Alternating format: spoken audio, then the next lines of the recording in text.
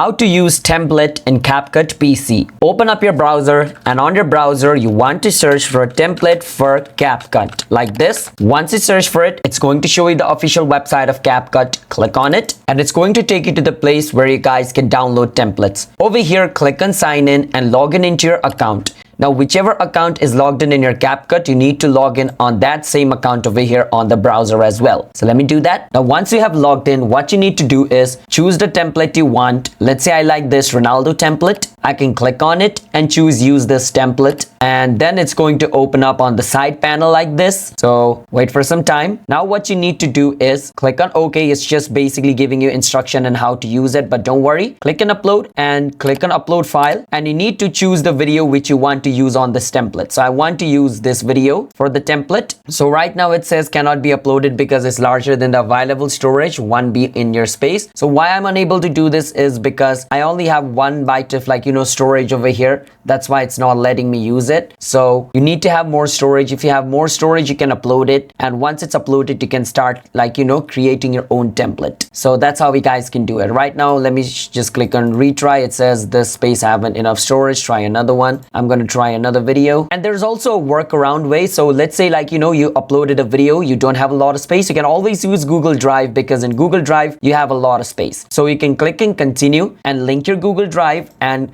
get the video from your Google Drive over here. Okay, if you don't want to spend money to buy extra space. Hope you understand. Subscribe to our channel.